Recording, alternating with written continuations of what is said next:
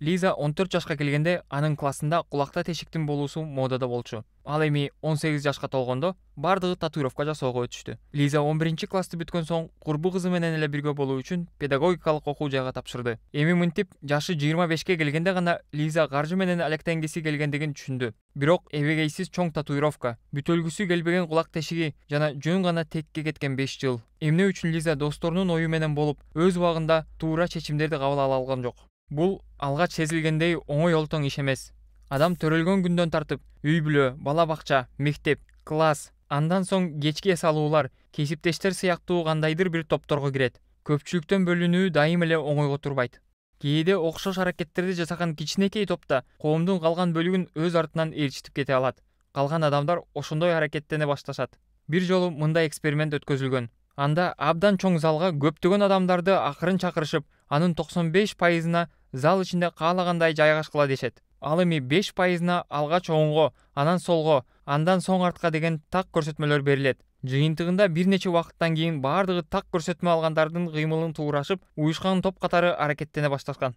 Бул адамдарга эле таандык эмес. Диана маймылдары бир эркек, анын бир канча аялы, балдары менен топ-топ болуп жашашат. Алардын тилинде тынчсызданган атайын кыйкырыктын эки түрү бар. Биринчиси жогору жактан келген коркунуч, мисалы жапайы канаттуунун пайда болушу. Ал эми экинчиси төмөндөн келген коркунуч. Биринчи байкаган ургаачысы да эркеги да белги беришет. Швейцария окумуштуулары тигилер жана башкалар канчалык деңгээлде бири-бири жөнүндөгү пикирден көз каранды экендигин текшерүүнү чечишкен. Алар алгач маймылдарга жаздырып алынган бүркүттүн кыйкырыгын жана леопардтын кырылдаган үнүн угузушкан. Бардыгы жырткычтарды катасыз таанышкан.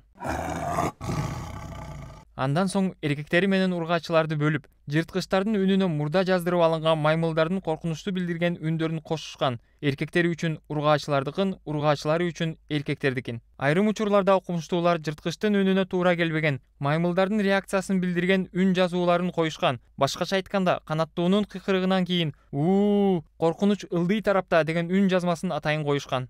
Ургаачылары эркектеринин үндөрүнө эмес, жырткыч чыгарган үндөргө гана көңүл бөлгөндүгү менен айырмаланышып, өздөрүнө гана ишенери аныкталган. Ал эми эркектери тескерисинче. Эгер алар леопардтын гүрүлдөгөнүн угушса да, ургаачылары коркунуч жогору жактан экендигин бекемдеп кыйкырса, эркектер алардын ою менен бир болушуп, алардын артынан коркунуч жогору жакта деп кайталап турушкан. Алар мындай аракети менен кандай гана кырдаал болбосун, алар дайыма айымдар тарабында экендигин билдиришкен.